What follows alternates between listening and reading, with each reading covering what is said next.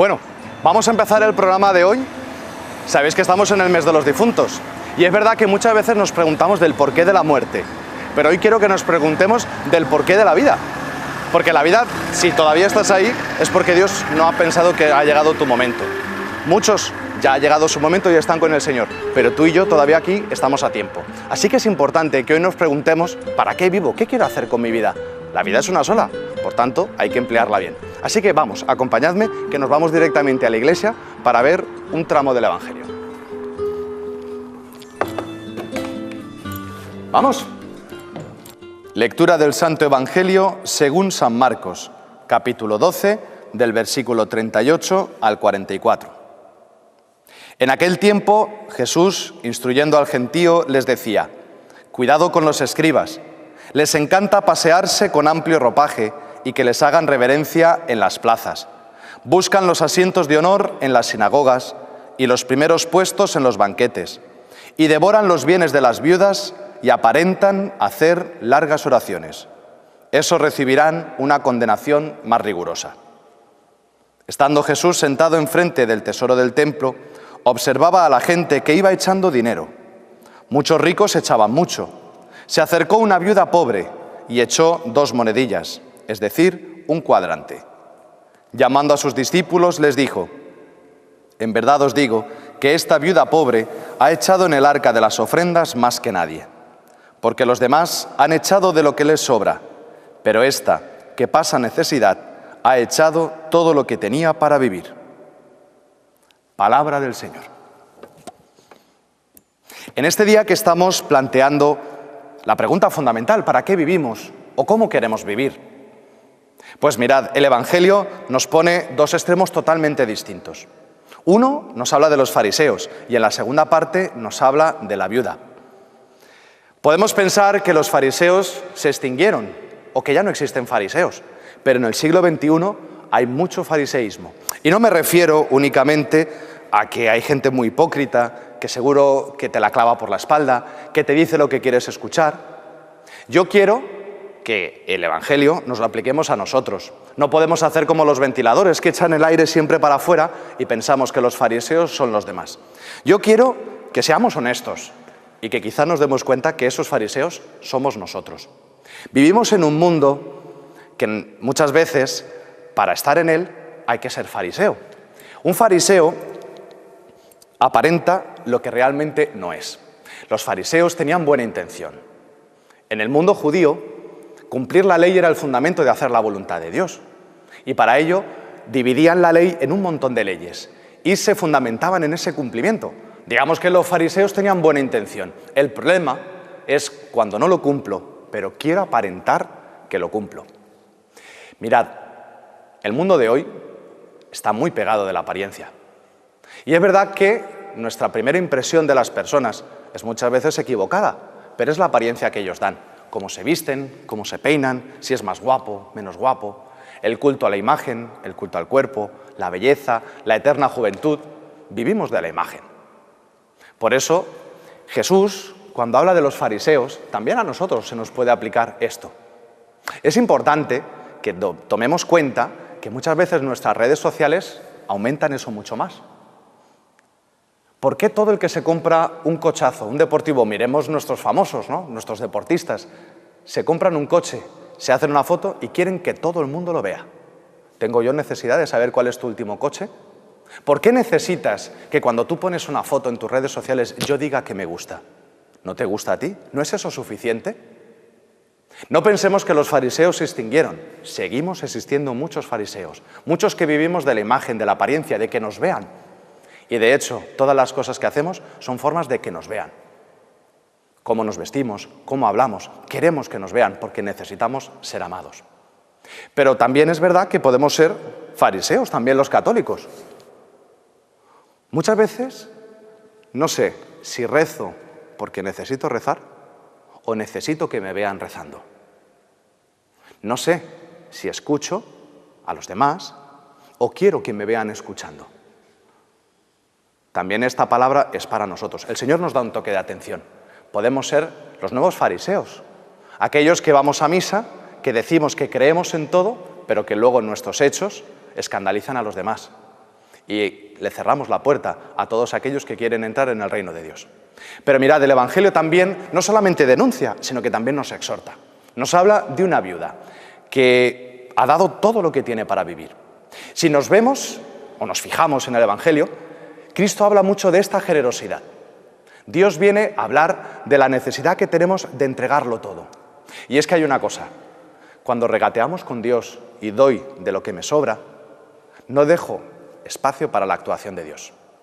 Dios provee, la providencia divina, eso Él lo prometió, dar el 100 por 1 a todo el que deje algo. Y si vemos que el Señor lo que había para multiplicar eran 5 panes, pero el niño que tenía esos 5 panes y esos 2 peces lo dio todo. Y es importante dar espacio a que Dios coja ese todo, que aunque sea muy poco, el Señor lo multiplica. Esta viuda ha dado todo lo que tiene. Por eso, si retomamos la pregunta, ¿tú para qué vives? Pues mira una cosa, la vida es para darla, la vida es para gastarla. Recuerdo una monja de mi colegio, estando ya muy mayor y de hecho muy enferma, ya a punto de morir, me decía una cosa: Carlos, la vida es para gastarla. En este mes de los difuntos le decimos al Señor que conceda el descanso eterno a aquellos que han muerto. Y ojalá nos dé el Señor el descanso porque lleguemos cansados al día de nuestra muerte. Tenemos 2 monedas, tenemos una vida. No importa si es mucho o poco, no importa si eres inteligente, si eres muy guapo, muy listo o eres una persona pues pobre humanamente y con pocos talentos. Lo que tienes, dalo. Y que sea el Señor el que se encargue de multiplicarlo. Por eso, que el Señor nos coja cansados. La vida es para cansarse, es para amar. No dejes que la vida pase delante de ti para quedarte toda la vida pensando y arrepintiéndote, hubiera hecho, hubiera dicho. La viuda pone todo lo que tiene, lo pone en manos del Señor. Así que el Señor hoy también nos exhorta a eso mismo. ¿Para qué vives? ¿Para qué quieres vivir? Para entregar tu vida. En este programa de hoy volvemos a toparnos con la Iglesia y volvemos a toparnos con el Papa Francisco. Quiero compartir con vosotros un texto que alguien de la parroquia me ha enviado y me parece que es importante pues hoy hacer mención sobre esto. Está tomado de una audiencia general y quiero leeros solamente un fragmento. Dice el Papa Francisco: cuando tocamos algo, dejamos nuestras huellas dactilares. Cuando tocamos la vida de la gente, dejamos nuestra identidad. La vida es buena cuando estás feliz, pero la vida es mucho mejor cuando los demás son felices gracias a ti. Ser fiel a tocar los corazones de los demás es una inspiración. Nada es más importante y digno que la práctica de ser un canal de la bendición de Dios. Nada en la naturaleza vive para sí mismo. Los ríos no beben su propia agua. Los árboles no comen su propia fruta. El sol no brilla para sí mismo y las flores no existen para dar la fragancia para sí mismas. Vivir para los demás es una regla de la naturaleza. Todos hemos nacido para ayudarnos mutuamente. No importa cuán difícil es la situación en la que te encuentres, sigue haciendo el bien a los demás. Papa Francisco. Pues mirad, hoy que estamos planteando realmente para qué vives y la forma como queremos vivir, la verdad es que es muy importante que alguien nos recuerde que hemos sido creados para ayudarnos, para amar. Todos tenemos muy claro para qué sirven nuestros electrodomésticos. El que es para calentar, el que es para enfriar, el que es para freír. ¿Tú te imaginas que quisiéramos hacer lo inverso? ¿Querer hacer cubitos de hielo en el horno o hacer un pollo en la nevera? Pues lo mismo nos sucede a nosotros.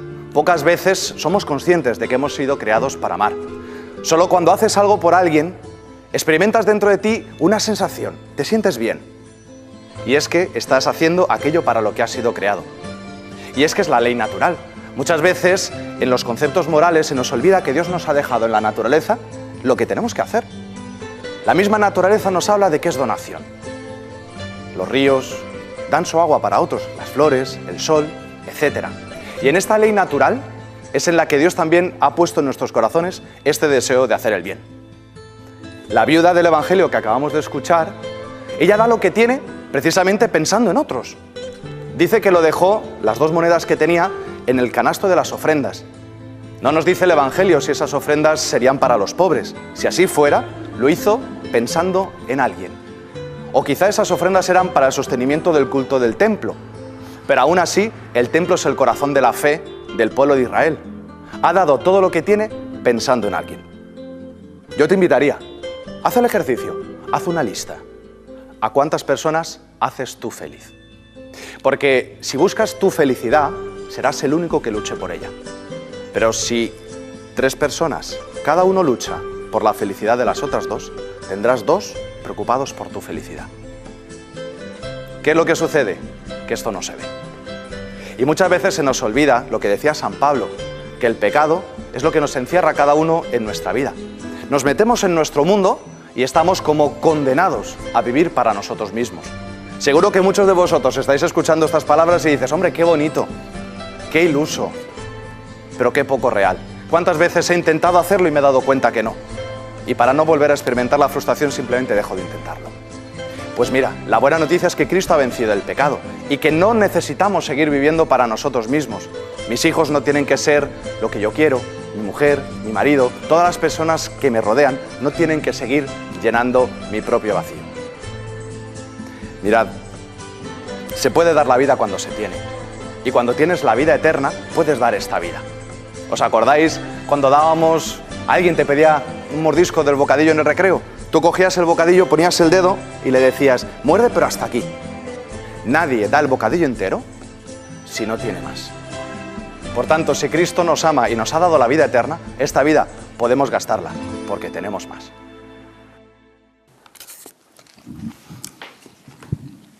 Bueno, como decíamos el otro día, hemos hecho una pausa, nos estamos comiendo aquí unos malletitos de Rota, el dulce, el típico, y bueno, seguimos con nuestros amigos focolares de aquí de Rota, y bueno, seguro que en el anterior programa, pues más de una persona diría, uff, madre mía, si yo lo que no tengo es tiempo, ¿no? Muchas veces piensan que la fe te quita tiempo. Lo que no saben es que, como todos sabemos, se invierte el tiempo para que Dios te dé un fruto mucho más grande. Vamos a efectos prácticos, por ejemplo, la vida de un focolar, sus reuniones, cada cuántas veces os veis, quiénes, ¿cómo funciona un poco? Venga. Mira, nosotros lo que, como te comenté, era la palabra de vida, lo que nosotros intentamos vivir. Entonces, como mínimo una vez al mes nos reunimos y nos contamos la experiencia de lo que hemos vivido durante ese mes en la palabra de vida. Luego ya depende de cómo... de grado de implicación que tengamos dentro de la comunidad, nos vemos una vez a la semana. Ajá. Normalmente nos vemos en casa, en las casas de los miembros de los focolares. Últimamente nos estamos viendo aquí en Rota porque somos de distintas zonas y nos vemos una vez. ¿Por qué? Porque nosotros lo que profundizamos más en la manera de vivir el ideal. En nosotros, que le llamamos núcleo a las reuniones nuestras, leemos un trocito del Evangelio o un tipo de meditación e intentamos ponerla en práctica y contarnos lo que vamos viviendo en el día a día. O sea, la parte de la comunidad es muy importante. Claro, para nosotros es fundamental. Y luego, ¿qué hacemos? Pues mirar los católicos, porque como ya te he comentado que hay de distintas religiones, confesiones, nosotros vamos a misa y procuramos ir a misa diaria. Y de verdad que la misa es la forma de llegar, de estar con Jesús, ¿no? Y es una inversión.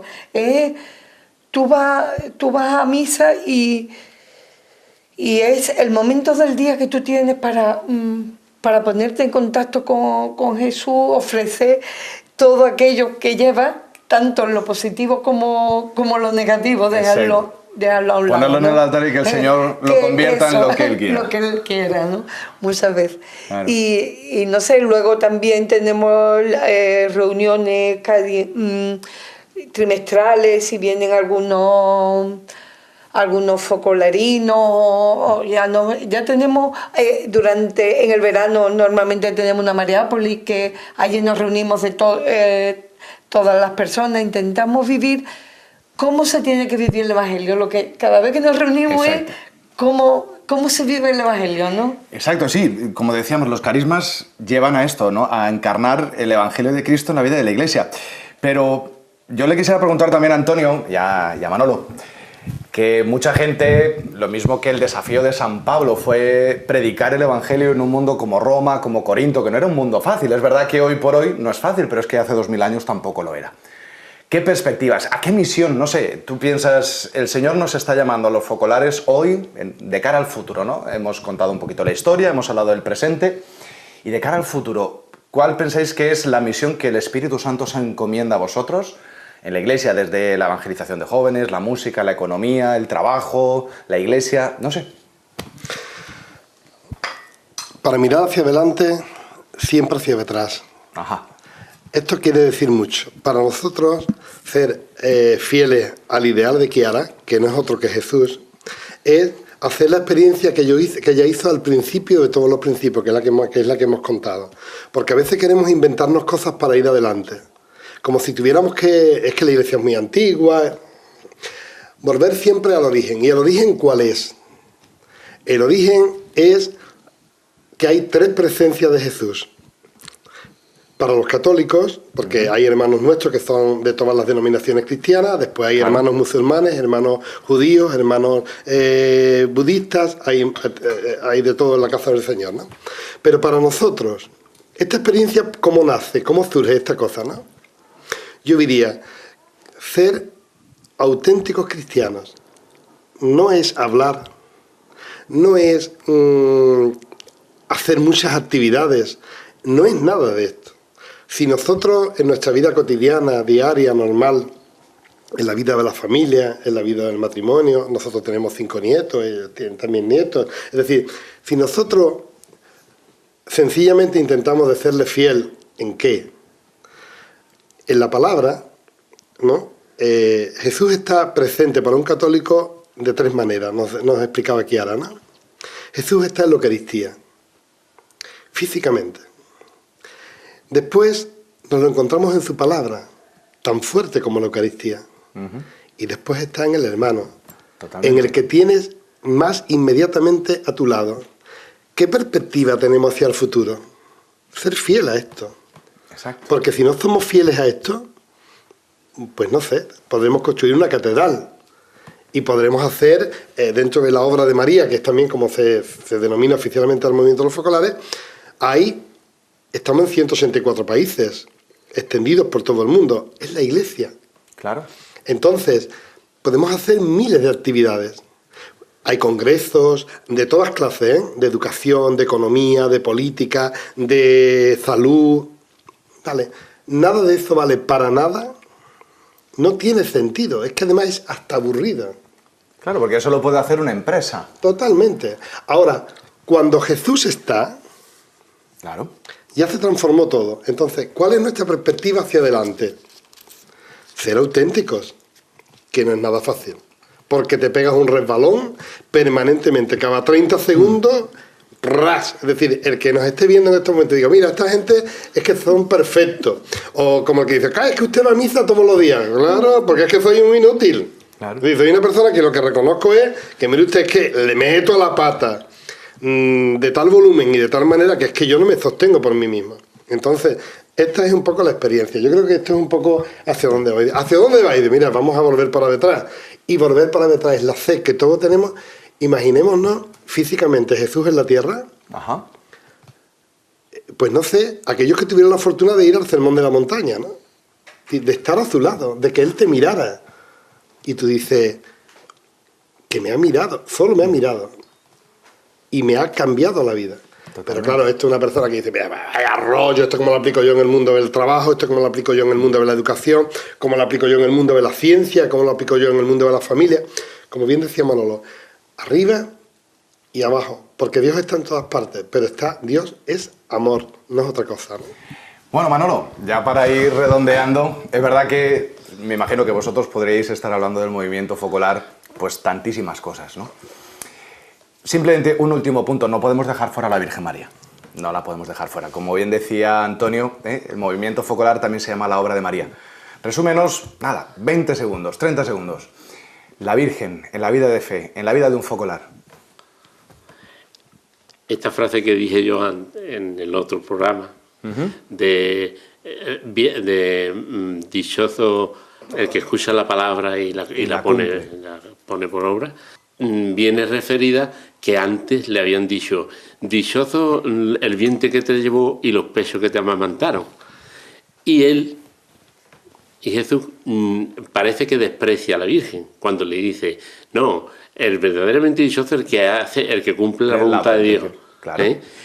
Pero no es que la desprecia, es que el hecho de haberlo engendrado y de haberlo amamantado, claro, no era lo importante en la Virgen. La Virgen, lo importante era que ella vivía la palabra. La palabra. Como intentéis vosotros cada vez que os reunís, claro, la Virgen es el modelo. El modelo del primer, es la primera cristiana. Totalmente. Totalmente. Entonces, este es un modelo que Chiara lo toma de la casita de Nazaret, donde vivían los tres, un casado, una virgen y Jesús en medio. Perfecto. Este es el modelo del focolar y de toda comunidad cristiana. Sí. Bueno, podríamos seguir horas y horas, pero el café se acaba, los pasteles también y nuestro tiempo se agota. Así que, nada, ojalá os haya aprovechado conocer nuestra familia de la Iglesia del movimiento focolar. Nos vemos. ¿Cuántos de vosotros pensabais que con el móvil se podía rezar? Pues mira, hoy vamos a ver cómo puedes llevarte en tu móvil la liturgia de las horas. Pero antes quiero aclararos una cosa. La liturgia de las horas, sabéis que en distintos momentos del día hay unas oraciones.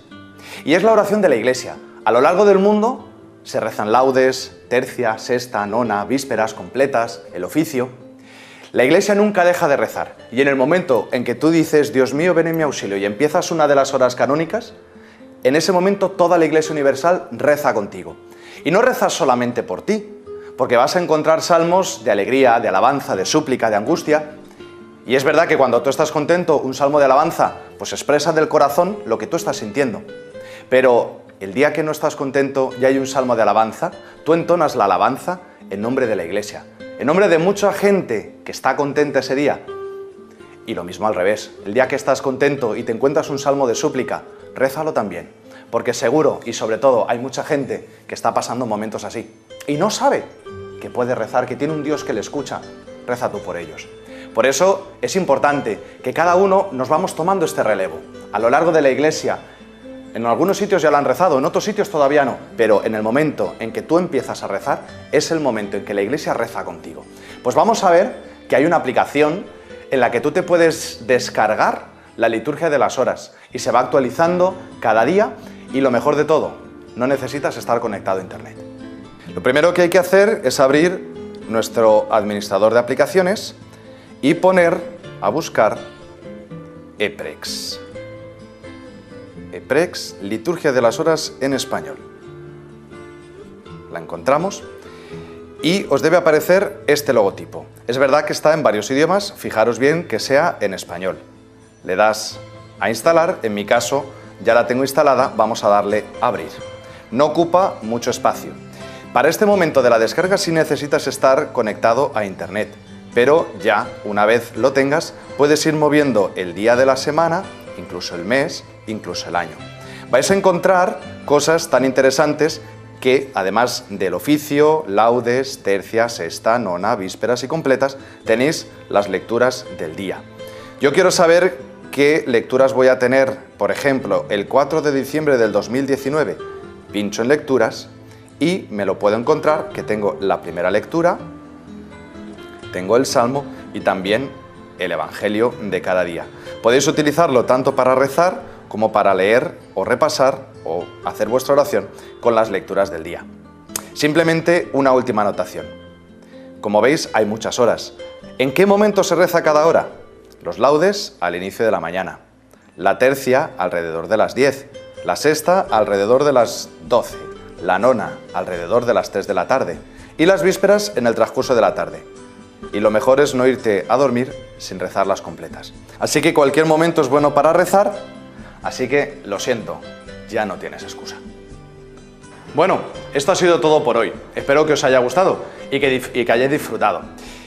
En breve, cuando podamos tener un correo electrónico, ya os lo haremos llegar. Publicaremos en qué dirección podéis contactar con nosotros, decirnos vuestras inquietudes o simplemente si queréis que vayamos a grabar a vuestra parroquia, a vuestro colegio. Queremos encontrarnos con todos vosotros. Así que os esperamos vuestras sugerencias, vuestras aportaciones. Y nada, simplemente vivid la alegría de la fe, de ser cristianos, de tener a María como madre y dejad que los demás se den cuenta de vuestra alegría. Así que nada, hasta el próximo programa y mientras tanto, vaya usted con Dios.